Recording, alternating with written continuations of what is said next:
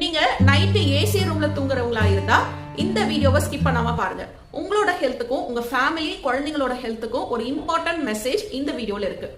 Night ஃபுல்லா ஜன்னலையும் உங்க டோரையும் close பண்ணிட்டு ஒரு ஏசி ரூம்குள்ள தூங்கும் போது தொடர்ந்து ரூம்குள்ள இருக்கிறவங்க சுவாசிச்ச அதே காத்தவே எல்லாரும் தொடர்ந்து சுவாசிச்சுட்டே இருக்கும் பொழுது ரூம்குள்ள இருக்கிற ஆக்சிஜன் அளவு குறையும். கார்பன் டை ஆக்சைடை தான் நைட்டு ஃபுல்லா நம்ம பிரீத் பண்ணிட்டு இருப்போம்.